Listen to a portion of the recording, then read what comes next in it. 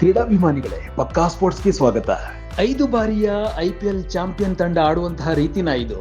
ತನ್ನ ನಂತರ ತನ್ನ ಟೀಮನ್ನ ಅದ್ಭುತವಾಗಿ ಕಟ್ಟೋದಕ್ಕೆ ಮುಂದಾದಂತಹ ಧೋನಿ ಅಕ್ಷರಶಃ ಎಡವಿದ್ದಾರೆ.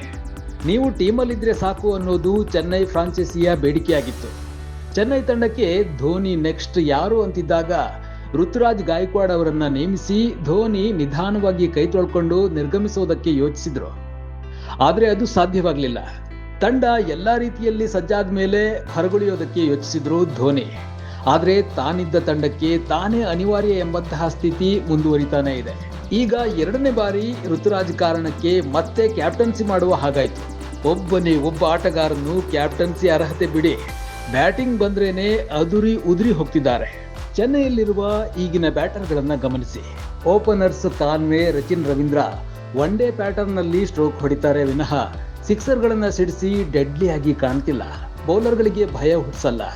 ಚೆನ್ನೈ ತಂಡ ಈಗಲೂ ಹಳೆ ತಳಿಗೆ ಮತ್ತದೇ ಅಳುಕು ಹುಳುಕು ಬ್ಯಾಟಿಂಗ್ ಶೈಲಿಗೆ ಒಗ್ಗಿಕೊಂಡಿದೆ ಅಂದ್ರೆ ಆಶ್ಚರ್ಯನೇ ಸರಿ.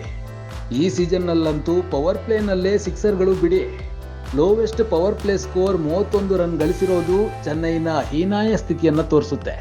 ಮುರಳಿ ವಿಜಯ್, ರೈನಾ, ಬ್ರಾವೋ, ಮೈಕ್ ಹಸಿಯಂತಹ ರನ್ ಹಸಿವಿನ ಆಟಗಾರರೇ ತಂಡದಲ್ಲಿ ಕಾಣಿಸ್ತಿಲ್ಲ.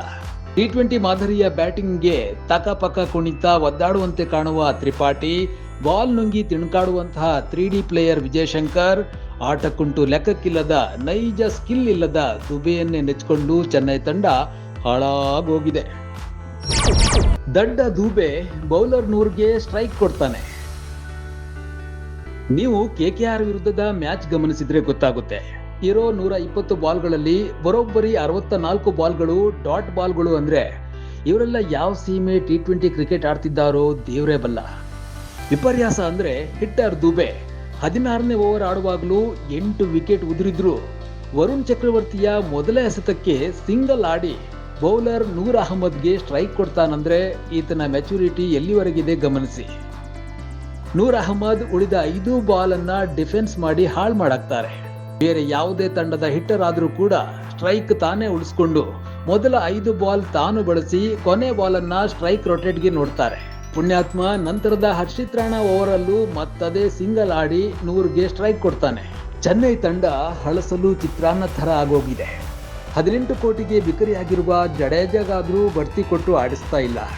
ಇದೇ ತಂಡಕ್ಕೆ ಜಡೇಜಾ ಓಪನಿಂಗ್ ಮಾಡಿದ್ದು ಇದೆ, 1 ಡೌನ್ ಬಂದಿದ್ದೂ ಇದೆ.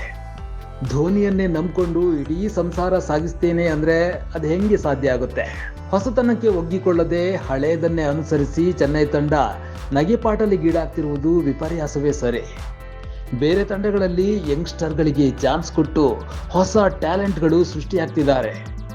ಹಾಗೇನೆ ಆಗಿದ್ದಾಗ್ಲಿ ಅಂತ ಮುಂದಿನ ಪಂದ್ಯಗಳಲ್ಲಾದ್ರೂ ಬೆಂಚ್ ಕಾಯ್ತಾ ಇದ್ದವರಿಗೆ ಚೆನ್ನೈ ತಂಡ ಅವಕಾಶ ಕೊಡುತ್ತಾ? ಗೊತ್ತಿಲ್ಲ. ನೋಡ್ತಾ ಇರಿ ಪಕ್ಕಾ ಸ್ಪೋರ್ಟ್ಸ್.